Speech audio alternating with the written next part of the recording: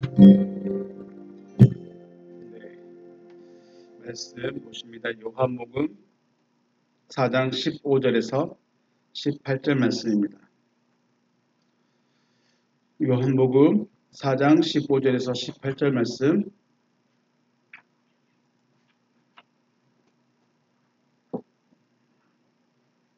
제가 봉독하겠습니다.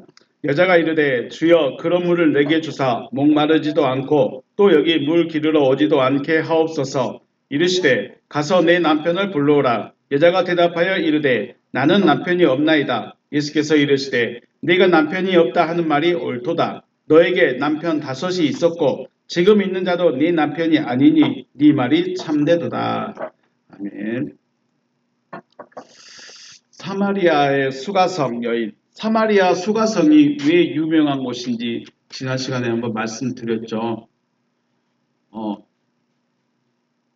야곱, 수가성은 아버지를 누구라고 한다고요? 야곱이라고 했어요. 유대인은 자신들의 아버지가 누구다? 아브라함이다. 그런데 수가성은 자신들의 아버지가 누구다? 야곱이다. 왜 야곱이라고 했어요? 유대인들이 자기들 아버지는 아브라함이라고 하니까 우리는 달라. 난 너희들하고 달라. 그래서 유대인 너희들이 아브라함을 아버지라고 하면 우리는 야곱이 아버지야 할 거야. 이렇게 해서 아버지라고 야곱을 부릅니다. 또 한 가지 이유는 이 사마리아 수가성이 있는 이 지역이 야곱이 바단 아람에서 돌아올 때 머물렀던 그 동네가 이 동네입니다. 이제 그 사건이 있죠. 자기 딸이 강간당했고 레위와 시몬, 레위와 누구죠? 그 두 아들이 세겜에 있는 남자들을 다 죽여버리는 사건들이 있었죠. 엄청난 사건들이 있었습니다. 그 동네가 이쪽 지역입니다. 그래서 사마리아 수가성 여인들은 사마리아의 수가성 사람들은 야곱을 자신들의 조상 아버지라고 부르고 있다. 자, 근데 이 여인, 우리가 지금 말하고 있는 이 여인, 우물가에 물 기르러 온 이 여인, 이 여인은 사람들의 눈을 피해서 왔어요. 사람들이 없는 시간에, 사람들이 활동하지 않는 시간에. 요즘 날씨 많이 햇살 뜨겁죠. 어린 친구들은 12시, 1시가 돼도 운동장에서 놀 수 있겠지만 날마다 문자가 옵니다. 나가지 말라고. 그 시간에, 그 햇빛 뜨거운 그 시간에 물 기르러 왔습니다. 혼자. 남편하고 갔으면 참 좋았을 텐데 남편하고 안 갔어요. 혼자 왔어요. 그리고 예수님을 만난 거죠. 자, 저희 어렸을 때 시골에 가면 우물이 지금 현재 아버님 집 바로 옆에가 우물이 있었어요. 그리고 저 반대편 쪽에가 내과 쪽에가 우물이 있었습니다. 근데 그 우물은 사람들이 수시로 다니는 곳이에요. 그리고 많이 왕래도 하고 뭐 그런 곳에 우물이 있었죠. 그렇기 때문에 뚜껑을 덮어놓으면 될까요? 안 될까요? 안 되겠죠. 물론 비가 많이 온다거나 홍수가 일어난다거나 아니면은 날벌레가 많이 오거나 그러면 닫아놓을 수 있겠지만 보통은 안 닫아요. 그리고 누가 가서라도 열 수 있게 그렇게 문 뚜껑을 만들어 놓습니다. 그런데 유대인 이 지역은 안 그래요. 모세가 애굽 사람을 죽이고 미디안 광야로 도망치죠. 그때 지금의 미디안이 어디냐면 사우디아라비아 지역이 미디안이에요. 지금의 사우디아라비아가 미디안 지역인데 가는 길에 우물을 쉬고 있을 때 미디안의 제사장의 딸들이 자기 아버지 양떼들을 몰고 와서 물을 주려고 우물 옆에 기다리고 있었어요. 근데 그때 옆에 모세가 먼저 와서 쉬고 있었죠. 근데 이 딸들이 왔는데 양들에게 물을 못 먹여요. 왜 못 먹였을까요? 우물이 있는데 그 우물을 남자들이 큰 돌로 갖다가 막아놔 버렸어요. 그래서 딸들 7명이 모여있지만 그 돌을 못 움직이는 거예요. 그걸 못 먹이고 있는 거예요. 근데 다른 남자들 목자들이 와가지고 그 여자들과 양떼를 저리 가라. 그리고 우리가 먼저 먹을까 하면서 자기들이 돌 치우고 자기들이 양떼들에게 먼저 물을 먹이죠. 그 모습을 본 모세가 저런 사람들이 이 여자들이 먼저 왔는데 하면서 혼내주죠. 그렇게 하듯이 우물이 있지만 아무 때나 아무렇게나 먹을 수가 없어요. 남자들이 힘센 남자들이 와서 거기에 닫혀있는 그 돌을 옮겨줘야만 물을 뜰 수 있어요. 물론 그쪽 동네는 물이 귀하기 때문에 짐승도 또 많이 올 수도 있고 또 누군가가 전쟁을 위한다면 전쟁 나면 가장 먼저 하는 게 뭐예요? 우물에다 돌을 푸는 거예요. 그러면 사람들을 많이 죽일 수 있잖아요.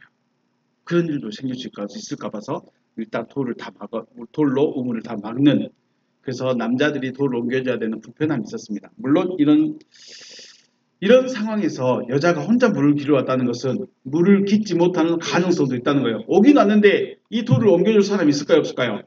쉽게 말해 뚜껑을 열어줄 사람이 없다는 거예요. 없을 수 있어요. 그럼에도 불구하고 어떻게 해요? 물 기르러 가야 돼. 왜? 목이 마르니까.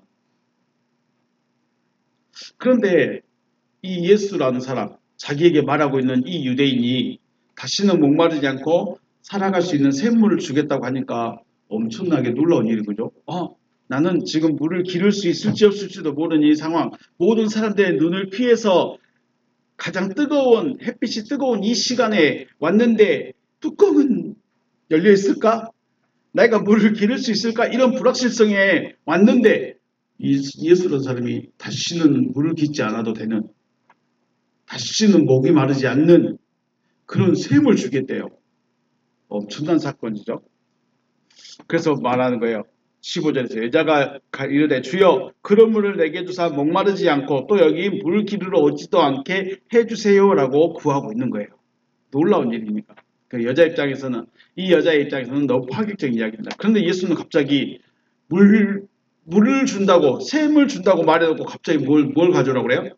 돈 가져와. 그래서 파는가 보다.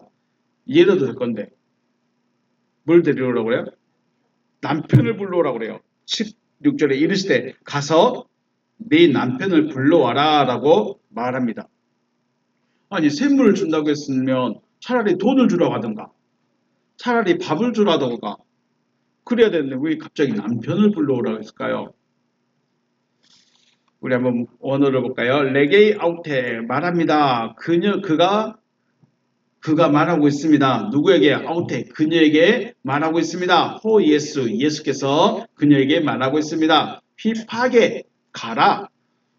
포네선 가서 불러라. 뭘 불러까요? 톤 안드라수 너의 남편을 불러라. 가이 알레 엔다데 그리고 너는 이리 와라 그랬어요. 남편을 불렀는데 엘데라는 이 동사에 보시면 복수예요, 단수예요? 단수로 되어 있습니다. 단수로 되어 있죠. 불러라는 말이 너는 와라 할 때 단수만 오래요. 즉 너만 오라는 거예요. 너만. 남편을 불렀는데 너만 와라. 부른 것도 남편 한 명만 부를까요? 그러니까 이 우리말로 번역하기가 좀 애매한 말이긴 합니다. 목마르지 않는 샘물을 얻고 싶은데 남편을 불러오라. 이게 무슨 말일까? 자, 가장 핵심적인 말이 휘파게라는 말입니다. 휘파게. 우리말로는 가라라고 번역이 되어 있어요. 가서라는 의미인데 사전에는 사라지다 혹은 물러가다 라는 뜻이에요. 그러니까 너는 사라져 혹은 너는 물러가라. 그러니까 가라는 의미로 우리가 이해하면 되겠죠. 그러면 직설적으로 표현하면 너의 남편을 불러서 사라지게 해라 이 말이에요. 너희 남편을 불러서 사라지게 해라. 뭔 말이에요 이게? 조금 더 순화하면 남편을 불러서 정리해라 이렇게 말합니다. 남편을 부르는데 정리하래요. 이게 뭔 말일까요? 전체적으로 보면 남편을 정리해라. 그리고 너는 여기로 와라 이 말이에요. 남편을 정리하고 너는 이리 와라. 여기로 와라 이 말입니다. 샘을 얻는데 왜 남편을 정리하고 곧 헤어지고 오라 할까? 남편은 헤어지는 존재 아니에요? 아니에요. 남편을 정리하다. 그 말은 헤어지고 오라는 거예요. 왜 그럴까요? 자, 우리 이 말씀을 이야기해서 로마서 말씀을 한번 보겠습니다. 로마서 2장 3절입니다. 로마서 7장 2절과 3절 말씀 2절 먼저 읽으면 남편이 있는 여인이 그 남편의 생전에는 법으로 그에게 매인 바 되나 만일 그 남편이 죽으면 남편의 법에서 벗어나느니라. 그러므로 만일 그 남편 생전에 다른 남자에게 가면 음녀라. 그러나 만일 남편이 죽으면 그 법에서 자유롭게 되나니 다른 남자에게 갈지라도 음녀가 되지 아니하느니라. 아멘. 자, 사도 바울은 법에 대한 이야기를 하고 있는 거예요. 무슨 이야기요? 법에 대한 이야기. 남편이 살아있다면 법적으로 그 남편하고만 살아야 됩니다. 그 남편하고만 살아야 돼. 하지만 남편이 죽으면 법적으로 다른 남자와 살아도 된다는 거예요. 그런데 왜 이 이야기를 하고 있을까? 바울이 갑자기 왜 법 이야기 혹은 남편과 아내의 관계에 대해서 이야기를 하고 있을까? 이것은 굉장히 중요한 문제입니다. 유대인들에게 있어서 율법은 절대로 벗어날 수 없는 법이에요. 마치 살아있는 남편과 같은 거예요. 죽지 않는 남편과 같은 거예요. 유대인들에게 율법이라는 것은 절대로 벗어날 수 없는 법이에요. 그래서 모든 유대인의 남편은 율법이에요. 율법은 단순히 벗어나지 못하는 게 아니라 유대인에게 있어서 율법은 남편과 같은 존재예요. 근데 그 율법이 언제부터 있었어요? 모세 때부터 있었어요. 즉, 안 없어진다는 거예요. 유대인들에게 율법은 없어질 거예요? 안 없어질 거예요? 절대로 안 없어지는 거예요. 그래서 율법에서 벗어나면 돼야 안 돼요? 그래서 율법에서 벗어나면 죄인 거예요. 마치 남편이 있는 여자가 다른 남자에게 가는 것과 같은 거예요. 이건 엄청난 사건인 거예요. 그런데 왜 율법 이야기 했냐? 무슨 이야기 하려면요. 계명이라는 걸 말하기 위해서 율법 이야기를 먼저 했어요. 계명. 율법이 있는데 왜 계명이 또 나타났지? 율법과 계명을 같은 걸로 보시면 안 돼요. 우리는 율법과 계명이 하나님의 명령인가 보다라고 이해할 수 있지만 율법과 계명은 다른 겁니다. 쉽게 말해서 지금 바울은 뭘 말하냐면 율법을 지키다가 계명으로 넘어가야 되는데 율법을 지키다가 계명으로 넘어가야 되는데 율법이 있으면 율법을 지키면 계명으로 넘어간다는 거예요? 못 간다는 거예요? 못 간다는 거예요. 갈 수가 없다는 거예요. 왜요? 율법이 살아있으니까. 남편이 살아있으니까 계명으로 가면 안 되는 거예요. 아니, 안 되는 게 아니라 못 가는 거예요. 갈 수가 없는 거예요. 그러면 어떻게 해요? 계명으로 넘어가려면 뭐가 죽어야 될까요? 율법이 죽어야 되는 거예요. 율법이 죽어야 계명으로 넘어갈 수 있다는 거예요. 이해가 되신가요? 어렵죠? 정리하면 모든 남자, 여자, 어린아이, 노인 할 것 없이 모든 유대인의 남편은 누구라고요? 율법. 그런데 이 율법보다 더 멋있는 법이 딱 나타난 거예요. 누구? 계명. 계명이 딱 나타났어. 그럼 멋있어. 나 저기 갈래. 갈 수 있을까요? 못 갈까요? 못 가요. 왜 못 가요? 율법이 아직 살아있어요. 계명에게 갈 수 있는 유일한 길은 뭐예요? 율법이 죽으면 돼. 율법이 죽어야 된대요. 자, 율법은 행위의 법이에요. 우리 십계명에 보면 도둑질하지 말라라는 법이 있어요, 없어요? 도둑질하지 말라라는 율법이 있죠. 그럼 법으로 정해졌어요. 그래서 도둑질만 안 하면 돼. 도둑질만 안 하면 되는데 마음에는 뭐가 있어요? 나 저거 갖고 싶다. 나 저거 내가 해버릴까? 내가 훔쳐버릴까? 내가 도둑질 해버릴까? 그 마음이 있으면 죄 아니에요? 죄 아니에요. 율법은 행동만 안 하면 돼요. 좋죠. 율법은 행동만 안 하면 돼. 그러니까 유대인들이 주머니에서 동전을 빼서 구제는 하는데 아까워. 안 해야 돼. 그 싫은데. 하기 싫은데 하는데 하기 싫은데 마음은 하기 싫은데 행동은 어떻게 해요? 해야 돼. 왜요? 율법을 지키는 거예요. 내 마음은 알아요? 몰라요? 아무도 몰라요. 내가 진짜 저 사람 도와주고 싶어. 이런 마음으로 구제를 하든지 진짜 아깝네. 나 이거면은 내가 초코파이 하나 더 먹을 수 있는데 이런 마음이 있는지 알아요? 몰라요? 몰라요. 그런데 중요한 건 뭐만 하면 돼요? 구제만 하면 돼. 도둑질만 안 하면 돼. 우리 부모님 진짜 귀찮은데 그런데 귀찮아도 찾아만 가면 돼. 인사만 하면 돼. 마음에 귀찮아. 이런 상관이 없어요. 왜요? 모르니까 물어. 그러니까 유대인들은 겉과 속이 완전히 달랐던 거예요.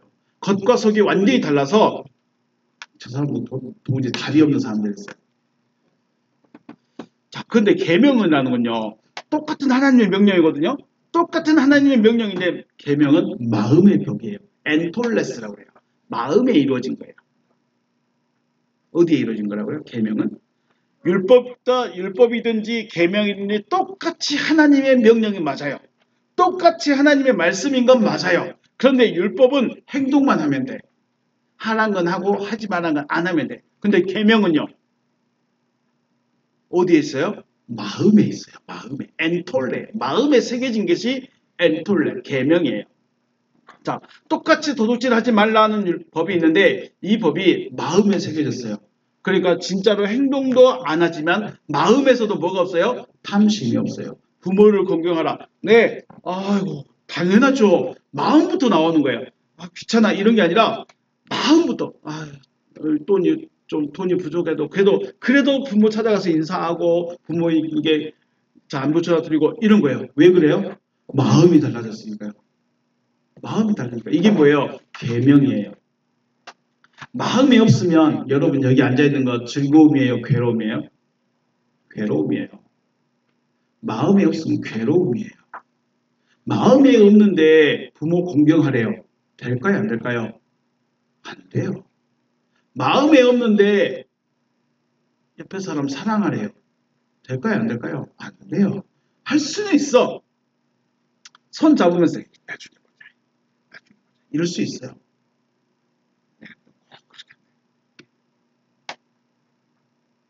그런데 바울은 그렇게 하지 마라.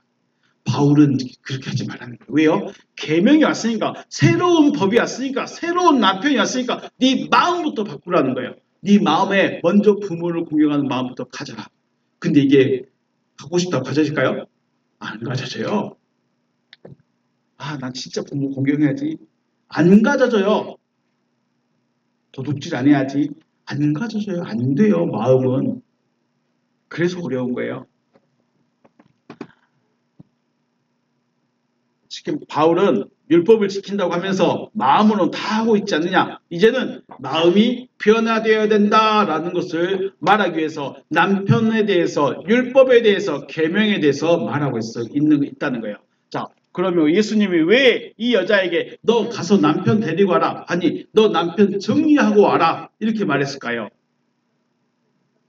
자, 예수가 주시는 생수의 근원을 얻으려면 원래 가지고 있던 생수의 근원을 정리하라는 거예요. 자, 여기 뭐가 들었죠?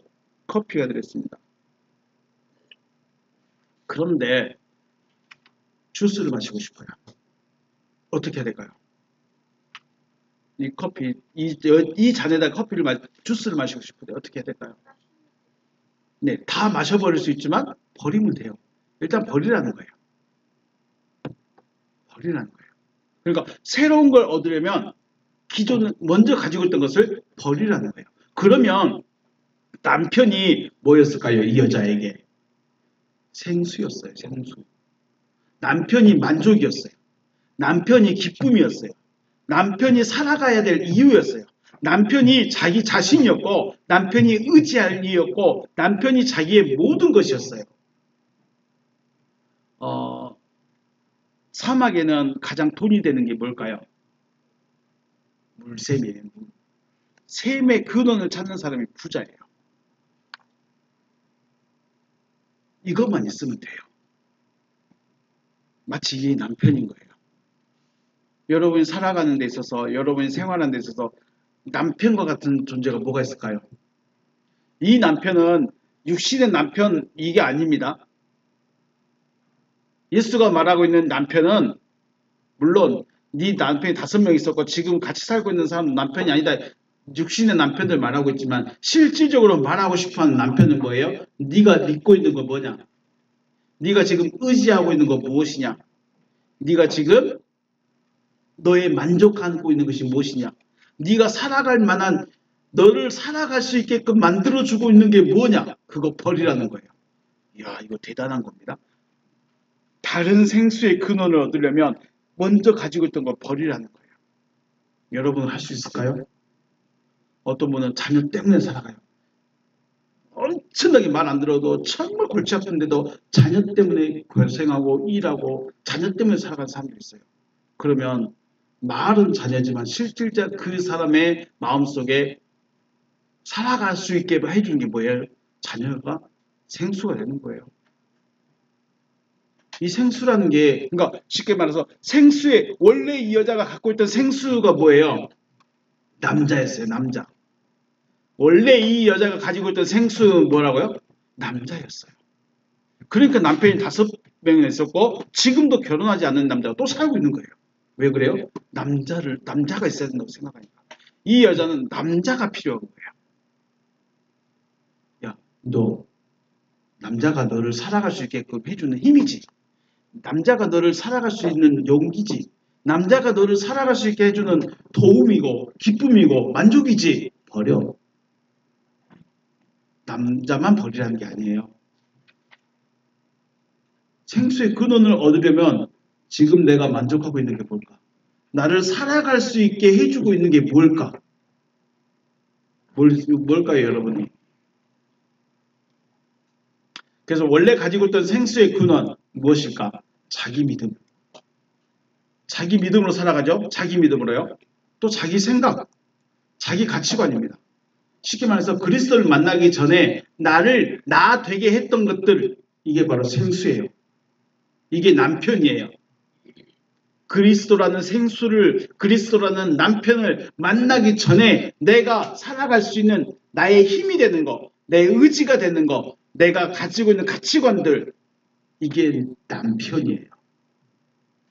육신의 남편을 말하고 싶어 하는 게, 앞에서 말씀드렸죠. 이 여자에게 있어 생수는 뭐였다고요? 남자. 이 여자에게 있어 생수는 남자였어요. 그러니까 자기가 좀 부정한 짓을 해서라도 자기는 남자와 살고 싶은 거예요. 어떤 사람은 자녀, 어떤 사람은 돈, 어떤 사람은 명예, 어떤 사람은 명예 때문에 자기의 돈을 다 버린 사람도 있고, 어떤 사람은 돈 때문에 자기 명예, 돈을 얻기 위해서 명예를 다 버려버린 사람들도 있어요. 그죠? 사람마다 달라요. 사람마다 자기의 그 생수의 근원은 다 달라요. 내가 지금 무엇 때문에 살아갈까? 나는 무엇을 위해 살아갈까? 그게 바로 생수의 근원인 거예요. 나를 나 되게 했던 것들을 정리하고 그리스도에게로 가야 새로운 성수를 얻을 수 있다는 것입니다. 남편이 죽지 않으면 남편을 벗어날 수 없고 율법을 버리지 않으면 계명에 들어갈 수가 없어요. 그죠? 그리고 그리스도를 만나기 전에 나를 나되게 했던 것을 정리 못하면 그리스도께서 주시는 생수의 근원을 얻을 수가 없어요. 우리는 당연히 교회에 나오면, 당연히 예수의 이름 부르면, 당연히 기도하면, 당연히 천국 가겠지. 당연히 한 것으로 말을 해요. 근데 안 그래요. 당연한가요? 교회에 오면 천국 간다는 거 당연한가요? 이제는 안 그러시죠? 예수 믿으면 복 받는다. 당연한가요? 이제는 안 그러시죠? 왜요? 버릴 건 버려야 되는 거예요. 새로운 생수의 근원을 얻으려면 내가 가지고 있던 거 버려야 돼요. 나를 나 되게 했던 것들 있죠? 내 믿음, 자존심, 아니면 내 학력, 내 인맥들, 하다못해 내 남편, 내 아내, 내 자녀, 잘난 내 자녀, 똑똑한 내 자녀, 돈 많은 내 자녀, 이 생수에 살아갈 맛이 나게 해주는 것들이에요. 근데 그거 버리래요. 버릴 수 있을까요? 없는 사람은 버릴 수 있는데 있는 사람은 모르겠습니다. 저는 안 가져고 가봐서 모르겠습니다. 모든 유대인들, 어린이든 청년이든 성인이든 남녀노소 모든 사람에게 남편은 뭐였어요? 율법이었어요. 모든 유대인들에게 남편은 누구였어요? 율법이에요. 그걸 누가 말했어요? 바울이 말하고 있어요. 바울이. 그거 버려야 계명으로 들어갈 수 있다 이렇게 말한 겁니다. 그래서 바울은 그 율법에서 벗어나야 된다. 예수께서 가정을 깨뜨리라고 하시는 것이 아니고 새로운 시대로 넘어오라는 거예요. 새로운 진리 시대로 넘어오라는 거예요. 그런데 이 여인은 지금 넘어갈 준비가 됐어. 넘어갈 수 있는 준비가 됐어. 너무 갈급해서, 너무 목이 말라서, 남자가 내 근원이긴 한데 이 맨날 버림받아. 맨날 자기를 버려버려. 어떡하지? 그래도 필요해. 그래서 또 다른 남자와 결혼을 해요. 자녀. 오직이 말 안 들어. 그런데 또 자녀야. 자녀 때문에 울고, 자녀 때문에 웃고. 물론 포기하라는 것이 버려버리라 뭐 그런 의미는 아닙니다. 내 생수가 되지 못하게 하라는 거예요. 내 생수가 내 자녀가 되면 안 되고, 내 생수가 내 아내가 되면 안 되고, 내 생수가 남편이 되면 안 되고, 내 생수가 물질이 되면 안 된다는 거예요. 그런데 거기서 못 벗어나니까 우리는 새로운 생수의 근원을 얻지 못할 수도 있다라는 것입니다. 여러분의 남편은 무엇입니까? 여러분의 남편은 뭐예요? 돈? 자녀? 어떠한 법이, 어떠한 마음의 법이 그리스도에게로 갈리는데 걸림이 되고 있을까요? 스스로를 살펴보고 그리스도로 가는 새로운 시대로 넘어갈 수 있으시기를 주님의 이름으로 축복합니다. 믿음은 이제 진리 시대로 넘어가야 됩니다. 은혜 시대만 강조하고 있으니까 사람들의 미혹만 있어요. 진리 시대로 넘어가시기 바라겠습니다. 오늘 나의 남편은 누굴까? 나는 무엇으로 살아갈 맛을 느끼고 있을까? 나는 무엇으로 살아갈 힘을 얻고 있을까? 여러분 한번 스스로 생각해보고 주님이 내 살아갈 이유가 되어 주시옵소서. 그런 마음을 가질 수 있는 여러분과 제가 되시기를 주님의 이름으로 축복합니다. 네, 오늘 여기서 마치겠습니다. 수고하셨습니다.